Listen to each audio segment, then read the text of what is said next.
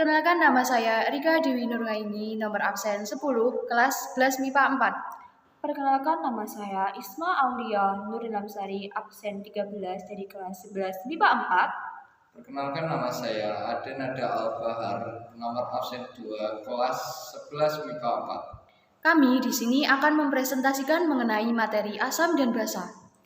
Teori asam dan basa dibedakan menjadi 3. Teman-teman, silakan simak videonya. Teori asam basa Arrhenius, kimiawan asal Swedia bernama Svante Arrhenius, merupakan pencetus pertama teori asam dan basa. Arrhenius mencetuskan teori asam basa pada tahun 1884. Dalam penelitian itu, Arrhenius menjelaskan bahwa ketika asam yang merupakan suatu zat kemudian dimasukkan ke dalam air akan menghasilkan suatu ion hidronium atau H+. Asam itu juga disebut dengan kovalen polar yang bisa larut ketika dicampurkan dengan air. Asam menghasilkan ion hidroksida sempurna disebut dengan asam kuat.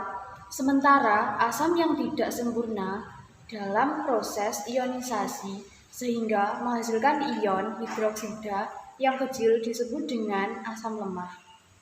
Disimpulkan bahwa teori Arrhenius menyatakan bahwa asam adalah senyawa yang bisa menghasilkan ion hidroksida atau H+, ketika dilarutkan di dalam air. Sementara basa menghasilkan ion hidroksi atau OH-.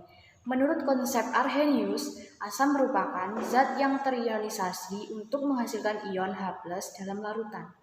Contohnya adalah asam klorida atau HCl dan asam asetat atau CH3COOH. HCl dan CH3COOH adalah asam Arrhenius karena dapat menghasilkan ion H+ dalam larutan. Sementara itu, basa adalah zat yang terionisasi untuk menghasilkan ion OH- dalam larutan, seperti natrium hidroksida NaOH dan amonium hidroksida NH4OH.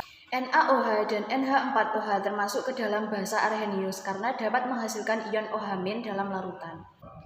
Dalam kehidupan sehari-hari, tak jarang kita menemukan senyawa asam basa, mulai dari makanan, bahkan hingga barang-barang yang digunakan untuk keperluan sehari-hari. Salah satu contoh mudahnya adalah deterjen atau sabun yang digunakan untuk mencuci pakaian. Deterjen tersebut memiliki zat yang sifatnya adalah basa. Perlu diketahui bahwa asam basa merupakan larutan elektrolit. Larutan tersebut dikenal pula karena memiliki ciri yang khas, yaitu berupa asam dan memiliki rasa yang masam. Contohnya seperti vitamin C, cuka, dan lain sebagainya. Sedangkan basa merupakan senyawa yang memiliki rasa pahit serta memiliki tekstur licin apabila dipegang. Contohnya seperti pasta gigi, kapur sirih, bahkan hingga deterjen. Mengenai asam basa, beberapa ahli sempat mengungkapkan pendapatnya mengenai teori asam basa. Teori Bronsted-Lowry pada tahun 1923, ahli kimia Johannes Nicholas Bronsted dan Thomas Martin Lowry yang mengembangkan definisi asam dan basa berdasarkan kemampuan donor atau menerima ekspektor proton ion H+. Menurut konsep Bronsted dan Lowry, zat yang memiliki kecenderungan untuk menyumbangkan ion H+ pada zat lain adalah asam. Sedangkan zat yang memiliki kecenderungan untuk menerima ion H+ dari zat lain adalah basa. Senyawa yang dapat bertindak sebagai asam basa Bronsted-Lowry disebut amphoter.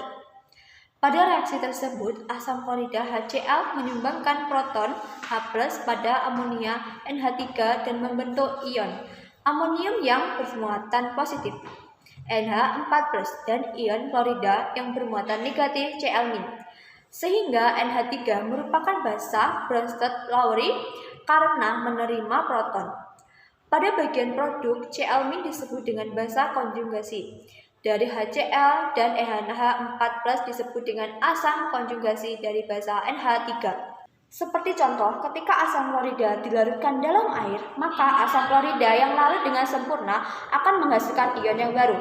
Tetapi tentu akan terjadi hal yang berbeda apabila senyawa asam klorida dilarutkan pada pelarut benzana atau C6H6. Maka jika senyawa asam klorida dilarutkan pada pelarut benzana, senyawa asam klorida tersebut tidak akan bereaksi dan akan mengendap secara sempurna. Reaksi yang terjadi ketika HCl dilarutkan dalam air pun disebabkan karena adanya molekul air yang menarik satu proton milik HCl sehingga HCl memiliki peran sebagai senyawa asam serta air sebagai senyawa basa. Teori asam basa Lewis pada tahun 1923. Gilbert Newton Lewis, seorang ahli kimia dari UC Berkeley, mengusulkan teori alternatif untuk menggambarkan asam dan basa. Teorinya menjelaskan tentang asam dan basa berdasarkan struktur dan ikatan.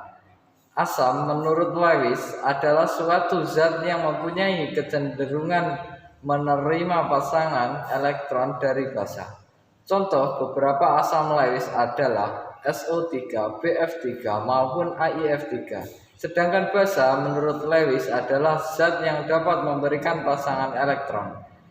Basa Lewis memiliki pasangan elektron bebas, contohnya adalah NH3, Ci- maupun ROH. Lewis menjelaskan lebih lanjut bahwa reaksi asam basa merupakan reaksi serah terima pasangan elektron, sehingga terbentuk suatu ikatan kovalen koordinasi.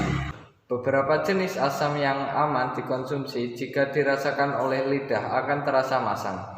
Asam jenis kuat juga terasa masam, namun tidak dianjurkan untuk dicicipi karena bersifat merusak jaringan kulit. Jika diukur dengan alat khusus, maka pH-nya akan lebih kecil dari 7 atau ditulis pH kurang 7.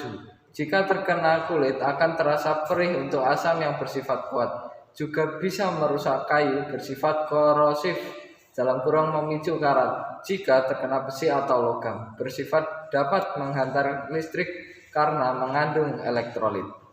Sekian presentasi dari kami. Ada kurang lebihnya mohon maaf. Wassalamualaikum warahmatullahi wabarakatuh.